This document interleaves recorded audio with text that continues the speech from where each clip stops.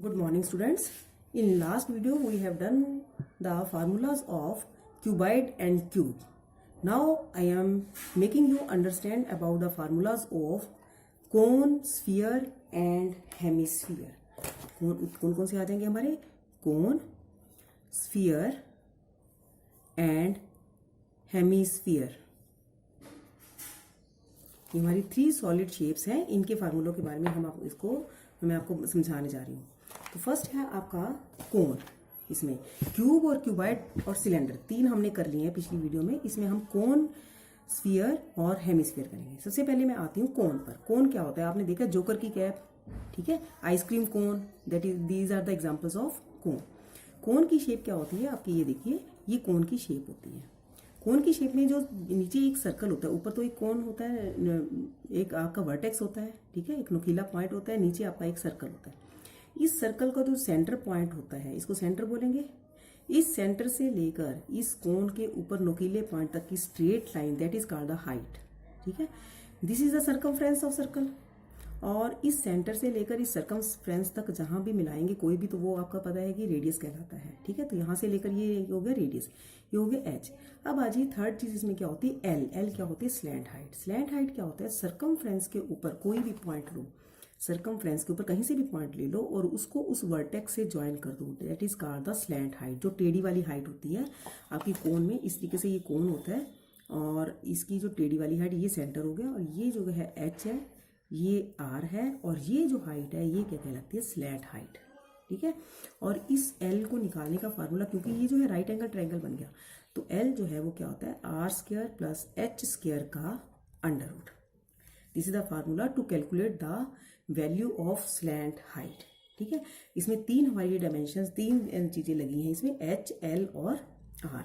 अब आ जाइए कि इसका हमने कैसे क्या इसके फार्मूले हैं. सबसे पहले हम इसमें क्या करेंगे? इसका curved surface area. Curved surface area क्या होता है?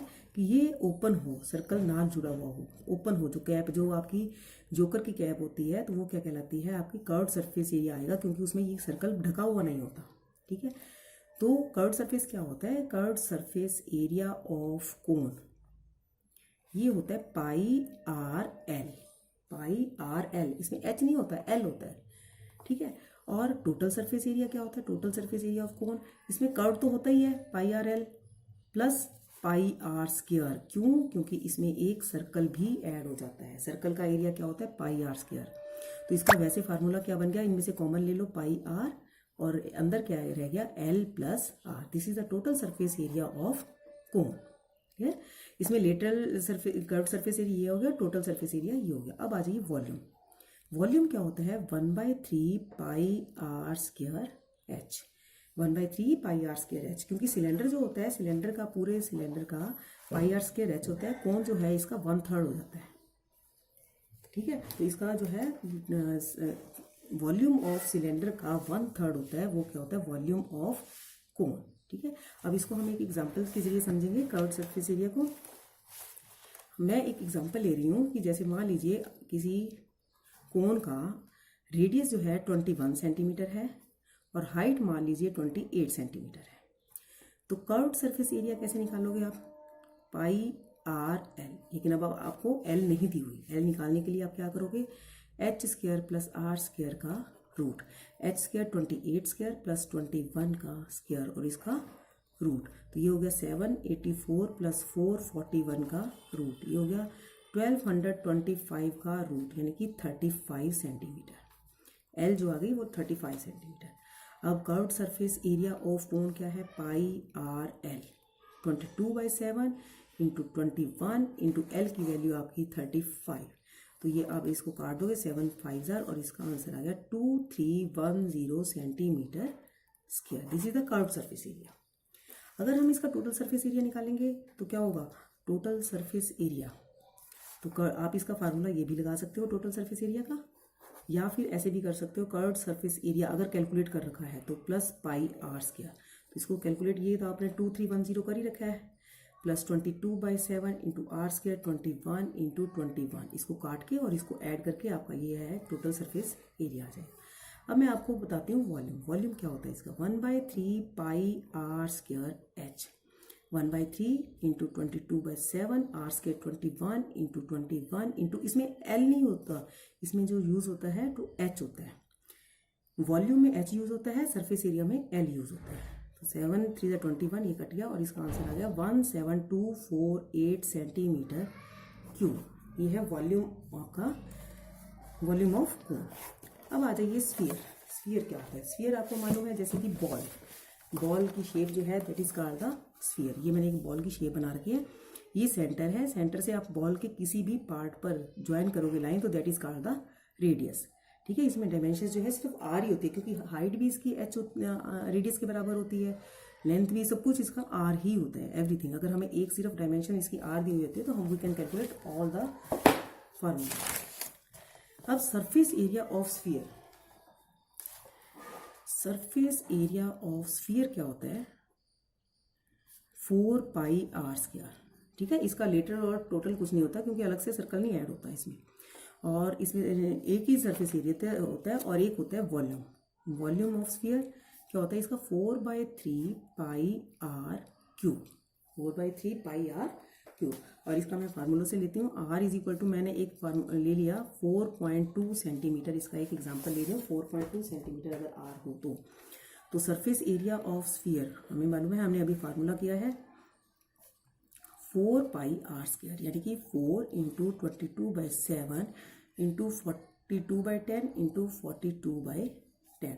तो इसको जो हम कैलकुलेट करेंगे 7 6 तो ये कैलकुलेट जब करने के बाद जी क्या आ जाएगा 221.76 centimetre square. This is the surface area of sphere. इसमें टोटल और लेटर डिफरेंट नहीं होते।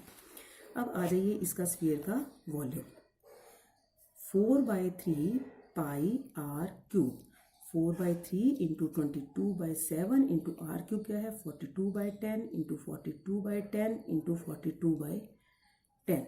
तो इसको जब आप कैलकुलेट करोगे 7 ये 6 और ये हो गया 2 पर, जो कैलकुलेट करने के बाद ये जो आ जाएगा आपका 310.46 सेंटीमीटर क्यूब, क्योंकि ये वॉल्यूम है तो इसमें को क्या आ जाएगा क्यूब। क्लियर? अब आ जाइए आप इसके ऊपर हेमिस्फीयर। हेमिस्फीयर क्या होता है? स्फीयर का हाफ, देखो ये है स्फीयर, इसका जो आधा कर दें कटोरा, जैसे आप कहते हैं ना कटोरा, एक कटोरा, ये क्या कहलाता है? हेमिस्फीयर। ये अगेन इट इज रेडियस, यहाँ से भी रेडियस, सारे ये क्या कहलाते हैं? रेडियस। तो इसका भी क्या हो जाएगा? सरफेस। इसमें surface area, curve surface area क्या होगा? 2πr²। आधा हो गया ना, ये उसका 4πr² था, इसका आधा हो गया 2πr²।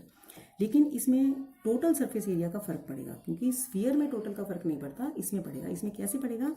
टोटल सरफेस, क्योंकि एक सर्कल, अगर ये कटोरा बंद हो, ये कटोरा ऊपर से भी कवर हो, ठीक है, तो उसको क्या कहते हैं? टोटल, क्योंकि उसमें एक एरिया सर्कल का ऐड हो गया, ठीक है, तो इसमें क्या हो जाएगा 3πr²। एक सर्कल का ऐड इसमें हो गया तो ये 3πr²। और वॉल्यूम क्या हो गया हेमिस्फीयर का? 2/3πr³, क्योंकि 4/3πr³ स्फीयर का था, इसका जो है वो 2/3πr³ हो गया। ठीक है, मैं आपको इसको भी एक छोटे से एग्जांपल से समझा देती हूँ।